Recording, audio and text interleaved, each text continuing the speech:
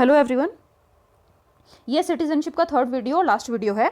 ऐसा है कि सिटीजनशिप ना काफ़ी एक बड़ा चैप्टर है, तो अगर एक ही उसमें कराते हैं तो वो काफ़ी लंबा चैप्टर बन जाता है, तो लंबा वीडियो बन जाएगा, है ना, चैप्टर के आधार पे। तो उसमें क्या होता है कि छोटे वीडियोस जो होते हैं वो देखने में, मतलब आप देखोगे ना, एक ये साइकोलॉजी होती है कि आप 10 मिनट का वीडियो तो आप देख लोगे और पता चला वो 1 घंटे का, तो आप बार बार स्किप हो जाता है। तो उसमें ये पूरा चैप्टर बहुत इंपॉर्टेंट है। एग्जाम्स में काफ़ी इसमें से क्वेश्चन आते हैं, जैसे मैंने पहले भी कहा है, पॉलिटी इज़ वेरी इंपॉर्टेंट, ठीक है ना। एम लक्ष्मीकांत आपको रटनी है from the first page to the last page, ठीक है। तो देखिए, इसके पहले हमने सिटीजनशिप को अब 2 भागों में हम पढ़ चुके हैं, अब तीसरे भाग को हम समझ रहे हैं। पहले में क्या था, कॉन्स्टिट्यूशन जब लागू हुआ उस समय पे आइडेंटिफिकेशन करना था, इस वजह से संविधान के अंदर अनुच्छेद 5 से 11 तक उसी चीज़ पे बल दिया गया, ठीक है ना। फिर आया, सरकार ने सिटीजनशिप एक्ट लेकर आया 1955 में, ठीक है। उसके में जो किस तरीके से सिटीजनशिप को, भारत की सिटीजनशिप को प्राप्त किया जा सकता है, उस पर बल दिया गया। 4 तरीके बताए, ठीक है ना। मतलब एक तो बाय बर्थ, ठीक है, उसके बाद में बाय डेसेंट, है ना, bye registration and bye naturalisation. 4 तरीके वो हमने डिटेल में लास्ट वीडियो में पढ़े हैं। अब हम आते हैं 1986 में जो अमेंडमेंट हुआ, सिटीजनशिप एक्ट 1955 में 1986 में जो अमेंडमेंट हुआ उसमें क्या ऐड किया है उसको समझते हैं, ठीक है। अब देखिए, इसके पहले क्या है, मैं एक दो चीज़ें आपको बताती हूँ डिटेल में, इस वीडियो के लास्ट में उसको समझेंगे, है ना, किस तरह से वो पूरा काम करता है। लेकिन बस क्योंकि इसमें वो चीज़ आएगी उसको मैं बता रही हूँ। सिटीजनशिप जो होती है उसका ना 2 आधार होते हैं मोटे तौर पे। एक तो होता है, जैसे इसमें लिखा है, जस सोली, है ना।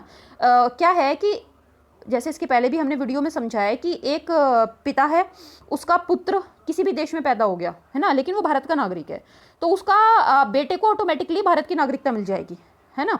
ये क्या है, क्योंकि वो एक मतलब उसके पिताजी यहाँ के नागरिक हैं, इस वजह से।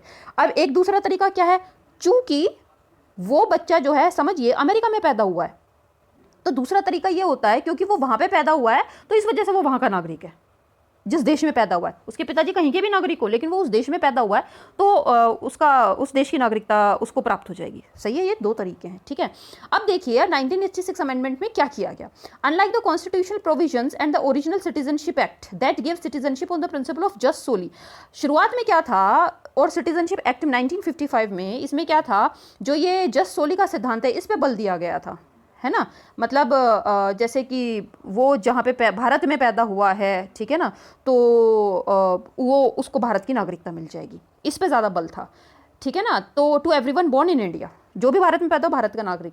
तो 1986 में इसको थोड़ा सा लेस इंक्लूसिव किया है।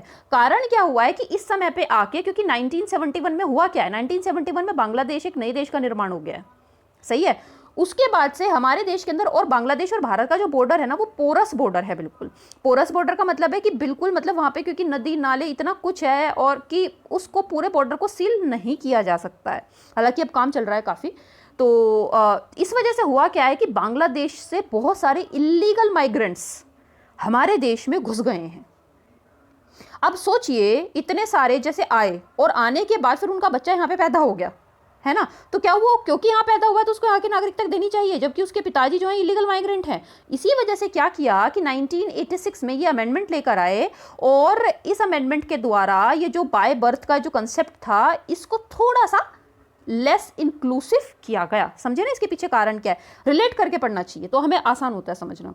तो देखिए, इसमें फर्स्ट चीज क्या ऐड की गई, the amendment has added the condition that those who are born in India, है ना, जो भारत में पैदा हुए हों, कब, 26 जनवरी 1950 को या उसके बाद, और 1 जुलाई 1987 के बीच में, ठीक है, वो भारत के नागरिक होंगे। ये पहली बात, सही है। इसके बाद इन्फिल्ट्रेशन, इसके बाद जो ये जो है इलीगल जो माइग्रेंट हैं, ये बहुत ज़्यादा बढ़ा, इस वजह से इस कंडीशन को रखा गया, ठीक है। दूसरी समझिए, दोज बोर्न आफ्टर, अब जो 1 जुलाई 1987 के बाद पैदा हुए हैं, ठीक है, और 4 दिसंबर 2003 से पहले पैदा हुए हैं, ठीक है, उनको भारत की नागरिकता दी जाएगी, परंतु उसके साथ में कैन गेट सिटीजनशिप ओनली, सिर्फ तब दी जाएगी जब उसके पेरेंट्स में से कोई एक जो है वो भारत का नागरिक होना चाहिए। समझ में आई ना बात। तो इसको क्या थोड़ा सा लेस इंक्लूसिव कर दिया, क्योंकि भारत के अंदर आने के बाद कोई भी इलीगल माइग्रेंट, उसका बच्चा यहाँ पे पैदा हो गया तो वो भारत का नागरिक हम कैसे कह सकते हैं ना उसको। अब आता है 2003 अमेंडमेंट एक्ट, ठीक है, इसको समझिए। और देखिए ये जो स्टेट फंक्शन करता है, अगर इस तरह से हो गया तो सारे देश जो है, शरणार्थी अलग चीज़ होती है और इलीगल माइग्रेशन बिल्कुल अलग होता है, इसको समझने की बहुत ज़रूरत है ना। तो शरणार्थी जो शरण लिया है, आपकी मर्जी से शरण लिया है, वो है रेफ्यूजी।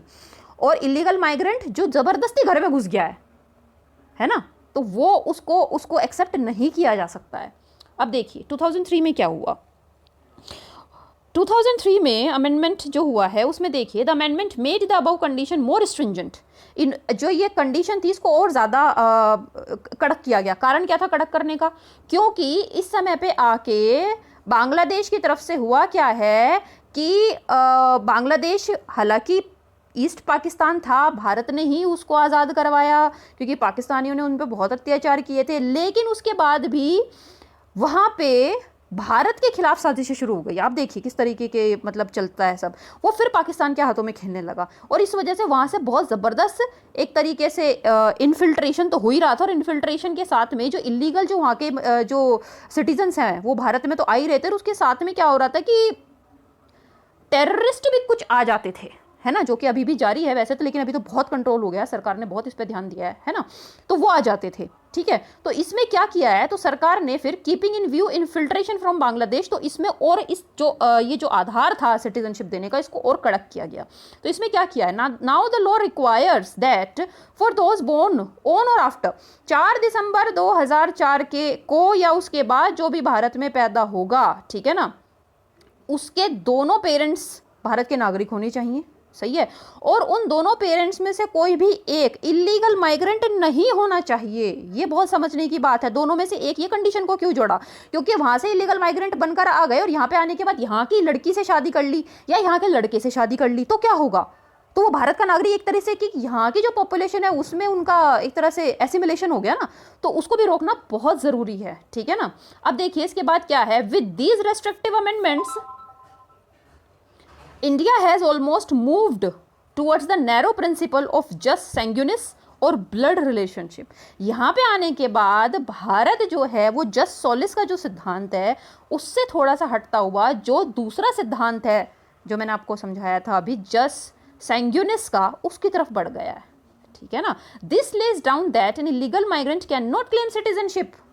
कोई भी इलीगल माइग्रेंट नेचुरलाइजेशन से, रजिस्ट्रेशन से भारत की नागरिकता प्राप्त नहीं कर सकता है, चाहे वो भारत के अंदर, क्योंकि नेचुरलाइजेशन में जैसे ये इसमें 7 साल आपको यहाँ रहना ज़रूरी है, तो आप जैसे रजिस्ट्रेशन से, तो तब भी आप यहाँ की नागरिकता प्राप्त नहीं कर सकते हो। ऐसा है ना कि घर में कोई गेस्ट आया, एक तो आगे आपकी मर्जी से आपसे मतलब ये आपके रिश्तेदार हैं आके रह गए, और एक कोई चोर घुस गया, तो क्या आप उस चोर को अवभगत करोगे उस चोर की?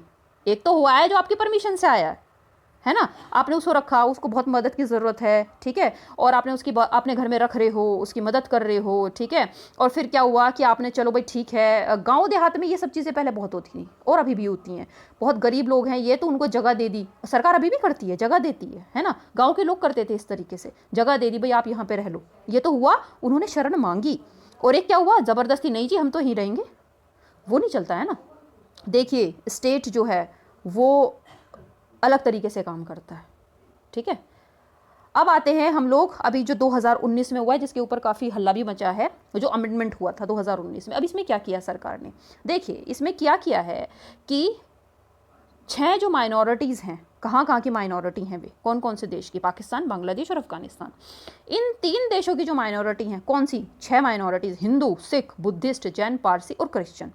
ठीक है, इनको भारत की नागरिकता दी जाएगी to continue to live in India if they entered India before December 14, 2014। ठीक है ना, अगर ये लोग 14 दिसंबर 2014 से पहले भारत में आए हैं, 14 दिसंबर 2014 से पहले भारत में आए हैं, तो इनको भारत की नागरिकता दी जाएगी। देखिए इसके पीछे क्या कारण क्या है। हालांकि इसमें हल्ला लोग ये मचा रहे हैं कि देखिए इसमें क्या है कि आप लोग मतलब सरकार को मुस्लिम्स को भी शामिल करना चाहिए। पहली बात तो ये है कि ये जो 3 देश हैं, पाकिस्तान, बांग्लादेश और अफगानिस्तान, ठीक है ना, यहाँ पे क्या है, मेजॉरिटी क्या, ये लोग पाकिस्तान और बांग्लादेश तो इस्लामिक रिपब्लिक ही है ना, और अफगानिस्तान भी, ठीक है ना। तो जब वहाँ पे मेजोरिटी पॉपुलेशन मुस्लिम है, ठीक है। दूसरी बात इसमें क्या निकल के आती है कि अगर उन मुस्लिम्स में आपस में लड़ाई है तो वो because of their ideological differences, not because of their religious feelings, है ना।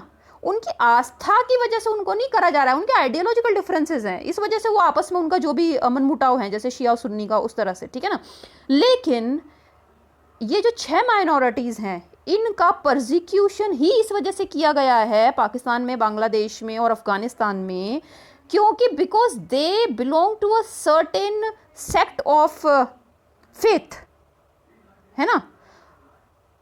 तो इस वजह से इनको दिया गया, और इसको समझने की बहुत ज़रूरत है। आंख बंद करके नहीं चला जा सकता है, और मानवता के नाते, क्योंकि ये लोग बिल्कुल इन देशों में इनकी जनसंख्या खत्म होने की कगार पर है। या तो ये एक उस रिलीजन को कबूल करें, और नहीं तो फिर क्या है कि इनको परसिक्यूट किया जाएगा। तो this is unacceptable on the ground of humanity, है ना। तो इस वजह से भारत सरकार ने ये एक बहुत ही ऐतिहासिक निर्णय लिया है। अब देखिए इसमें क्या किया गया है, इस निर्णय में क्या किया गया है। इसमें किया है कि इट रिड्यूस द रिक्वायरमेंट, 11 साल जो रहने का है उसको इन्होंने 6 साल कर दिया है। और एक और बहुत मज़ेदार बात है कि ये जो इस तरह से ये जो लोग हैं ये शरण मांग के भारत में आए हैं। पहली बात तो ये है, these are not illegal migrants, ये शरण लेके भारत में आए हैं। दूसरी बात, आज तक इनमें से बहुत सारे ऐसे लोग हैं कि इन्होंने एक भी भारत का डॉक्यूमेंट नहीं बनवाया है ना। बिकॉज ऑफ यहाँ पे हमारे देश में क्या है, काफ़ी कुछ हद तक वोट बैंक पॉलिटिक्स चलती है। और and those people who are illegal migrants, ठीक है ना, they have all the necessary documents required for a citizen of our country. तो दिस इज हाईली अनएक्सेप्टेबल, है ना। देखिए तो इसमें क्या करा है इन्होंने, इस 2019 का जो एक्ट है 11 साल से 6 साल कर दिया, पहली बात। दूसरी बात क्या करा है, 2 notifications also exempted these migrants from the passport act और फॉरेनर्स एक्ट, इससे भी इनको छूट दे दी है, बिल्कुल ठीक है। इसके बाद a large number of organisations इस असम, अब देखिए इसमें असम का एक इशू आता है, protested against this bill. Assam में देखिए क्या है कि असम की जो प्रॉब्लम है वो अलग प्रॉब्लम है, उसके बारे में मैं बात करती हूँ अभी। This bill as it may grant citizenship to Bangladeshi Hindu illegal migrant. Assam में क्या प्रॉब्लम है, असम की जो प्रॉब्लम है वो है वहाँ के जो कोर, जो वहाँ का जो सन ऑफ द सॉइल है, असामीज पीपल, उन लोगों को लगता है कि अगर बांग्लादेशी हिंदू को यहाँ पे बसा दिया जाएगा तो हम लोगों का जो एक संस्कृति है वो खतरे में आ जाएगी। सरकार उस संबंध में बात कर रही है, देखिए इसका कोई ना कोई हल जरूर निकलेगा, ठीक है ना। इसके बाद देखिए the justification given for the bill is that Hindus and Buddhist are minorities in Bangladesh, ठीक है। ये दोनों यहाँ पे बांग्लादेश में माइनॉरिटीज है ना, fled to India to avoid religious persecution, है ना। वो भी भारत में इस वजह से है क्योंकि उनको वहाँ पे इस आधार पे मारा जाता है because they belong to these faiths. But Muslims are a majority in Bangladesh ना, है ना, and in Afghanistan and in Pakistan also, and so the same can not be said about them. तो उनके बारे में ये बात नहीं कही जा सकती है, ठीक है। तो इस वजह से ये हुआ है। अब ये 2 कंसेप्ट है, इसको हम समझ लेते हैं। जस्ट सोली का कंसेप्ट है, इसमें जस्ट सोली में क्या है, the right of anybody born in the territory of a country, ठीक है ना, उसको सिटीजनशिप दी जाएगी। ये जो जस्ट सोली शब्द है, ये लैटिन शब्द लॉ ऑफ सॉइल से लिया गया है, सही है।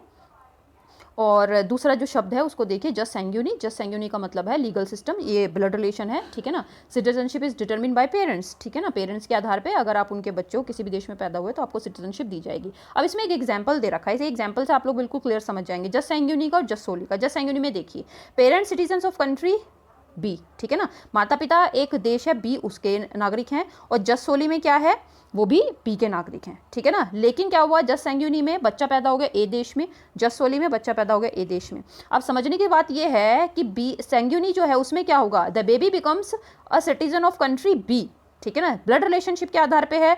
तो बच्चा जो है वो किस देश का नागरिक कहलाएगा, वो उस देश का नागरिक कहलाएगा जिसके माँ बाप होंगे।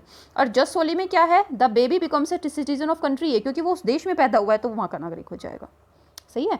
तो यूरोप के अंदर जो है सैंग्यूनी का जो सिद्धांत है उसे फॉलो किया जाता है। और अमेरिका के अंदर क्या है कि कोई भी बच्चा अमेरिका में पैदा हो जाएगा तो वो वहाँ का नागरिक हो जाएगा, ठीक है ना। इस तरीके से इसको हम लोग समझ सकते हैं। ये वीडियो और ये जो पूरा कंसेप्ट था सिटीजनशिप का यहाँ पे कंप्लीट होता है। आई होप आप लोगों को बिल्कुल अब क्लियर हो गया होगा कि सिटीजनशिप क्या है और ये किस आधार पर दी जाती है।